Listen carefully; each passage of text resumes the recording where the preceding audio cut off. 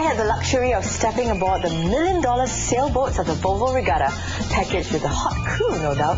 And check out our lovely Eunice on some very expensive sailboats in the Volvo Regatta.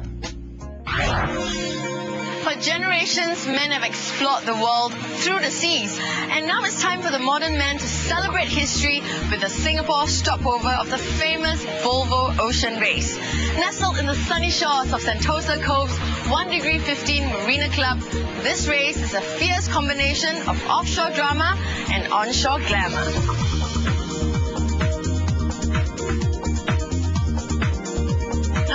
With me, Mr. Loh Teo Ping, and he is the president of SingaporeSailing. Now, tell us what you think of the Volvo Ocean Race. We have had wonderful opportunity to, in fact, observe the pinnacle of yacht racing that has never ever come to the shores of Singapore. And you're talking about, icons of sailing, and they are all here in Singapore. So in that sense, I think this is really a big treat for the sailing community. So what sets apart this race from other races around the world? This is an event that goes around the world. It's what we call fleet racing, where you don't, in fact, race with each other on a fixed course. This race has been touted as life at the extreme because of all the varied conditions that they all have to go through over a 9-month period.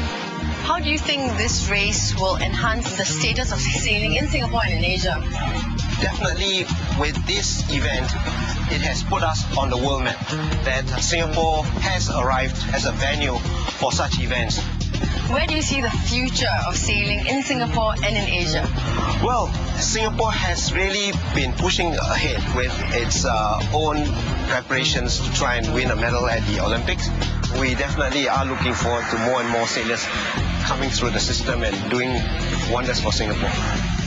I had to show off my tanned body just to get an exclusive invitation aboard the Puma team sailboat for a chat with tanned watch captain Sydney.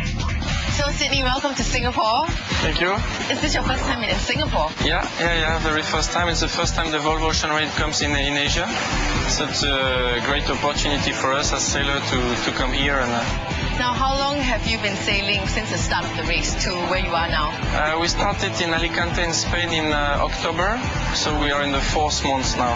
How has it been so far? Can you tell me a bit about the race and what you've encountered so far?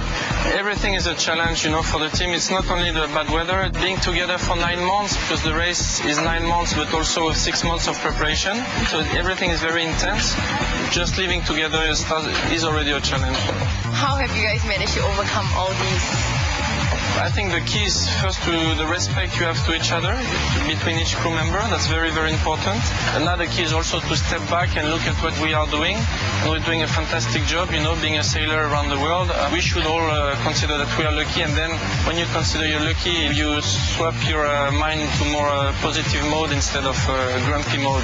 Sydney says that it's hard to keep morale high when you have to sail through the night. Splitting the team into 2 and rotating them on shifts of 4 hours can be daunting, and there is no room for error out at sea. Of course, the food situation doesn't help matters. Cooking is just boiling water, because then we are eating freeze-dry food. Nothing very fancy. In terms of hygiene, we've got nothing, just toilet, seat, no shower, nothing. So we just wash ourselves with baby wipes. For how long do you have to do that for before you come on land? It depends. Like next leg will be between 10 and 14 days, but the one after from China to Rio will be 40 days. Okay, so a lot of baby wipes in this boat. Now, when you're off the boat and you've stopped by quite a few ports now, what do you normally do at some of the ports? Do you attend parties? We do. We just finished a photo shoot a few minutes ago because our sponsor Puma is into fashion, so it takes part of our job as well. But otherwise, we've got a big shore team, technical team, so when we arrive, they take the boat off the water, and they take all the pieces out, put it back together, and the crew have some time off, because to recover, it's quite hard physically. and we need to prepare the boat again, test the sails, so it's all preparation. So I'm sure there are many young sailors out there, you know, who are probably aspire to be what you are. Do you have any advice for them, young sailors in Asia?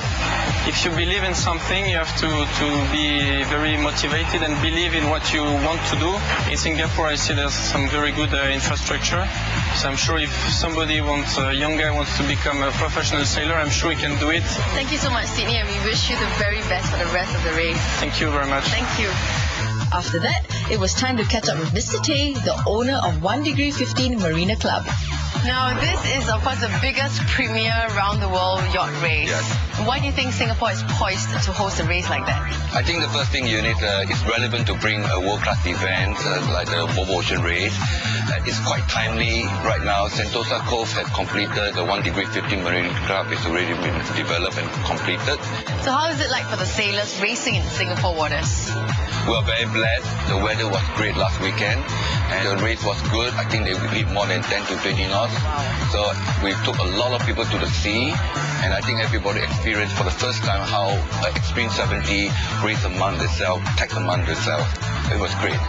As for the public, well, they can expect nothing short of a world-class event, bringing international teams from around the world. The sunny shores of Singapore, the stunning Volvo Open 70s, and the fastest racing monohull berth at the luxurious 1°15 Marina Club is a sight not to be missed.